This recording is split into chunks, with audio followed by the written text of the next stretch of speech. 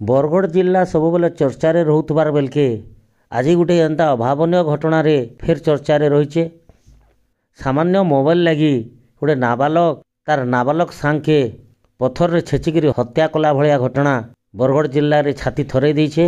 जुहार कुशल संवाद के आपण मन को स्वागत। अंचल टिकनिकी खबर देखवार लगी आमर कुशल संवाद चैनल के लाइक करूँ, कमेंट करूँ, शेयर करूँ आउ सब्सक्राइब करी आमर चैनल संगे जुड़ी रहूँ। आसुन जानमा पूरा रिपोर्ट।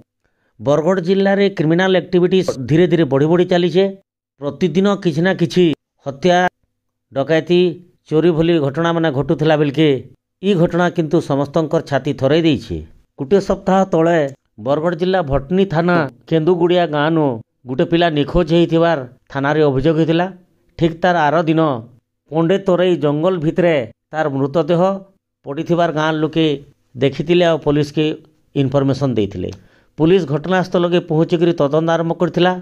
घटनास्थल रे गोटे नाबालक निर्मम हत्या के देखिक स्थानीय लोक मानकर भितरे किछि उत्तेजना भी सृष्टि होइतिला। सेमानकर दाबी थिला शीघ्र तदंत करिकरी हत्याकारी के पुलिस गिरफ्त करू। घटनार गुरुत्व के देखिकरी भटली पुलिस से नाबालकर सांग जे कि ताहाके डाकी आनीथिला घरू खेली जीवार लगी आ तार संगे 3-4 लोक को संदेह रे नेइकरी अटक रखिकरी पचरा उचरा जारी रखिथिला।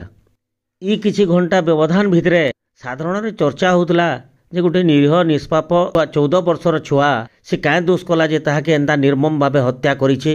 हत्याकारी के हेइतिबा कारण काना ई सबु के नेइकरी विभिन्न कल्पना जल्पना होउतला बेलके बरगढ़ पुलिस पक्षरु हठात सूचना दिया गला जे हत्याकारी होउचे तार नाबालक सांग जे कि ताहाके घरू डाकी आनतिला खेली जीवार लगी।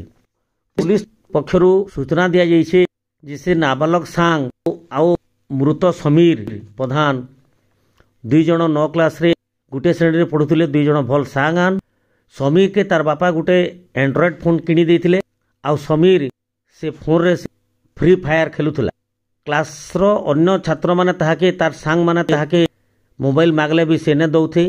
एंता के जेन नाबालक सांग आज ताहाके निर्मम भावे हत्या करिछे से भी मागले भी ताहाके मोबाइल ने दउथे। ई राग रे से दिन रविवार थिला आउ ई नाबालक समीर के खेली जिमा बोलिकरी डाकिकरी घरू आनीथिला।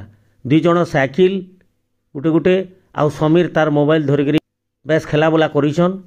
आ जंगल आड़े 2 जण खेलबार आल रे गला बेले गुटे जगह रे समीर परिश्रा करथुबार बेलके से नाबालक ताहाके पत्थर रे पछ आड़ू आक्रमण करथिला। पत्थरटा जेकरी समीर रो पेटे बाजी थिला बेलके रक्ताक्त थैकरी से तले पड़ी जाइथिला। तार परे ई नाबालक पत्थर आनिकरी तार मुहे केचरे केचरे ताके मारी देइथिला आ तार मोबाइल धरिकरी फेरार जाइथिला।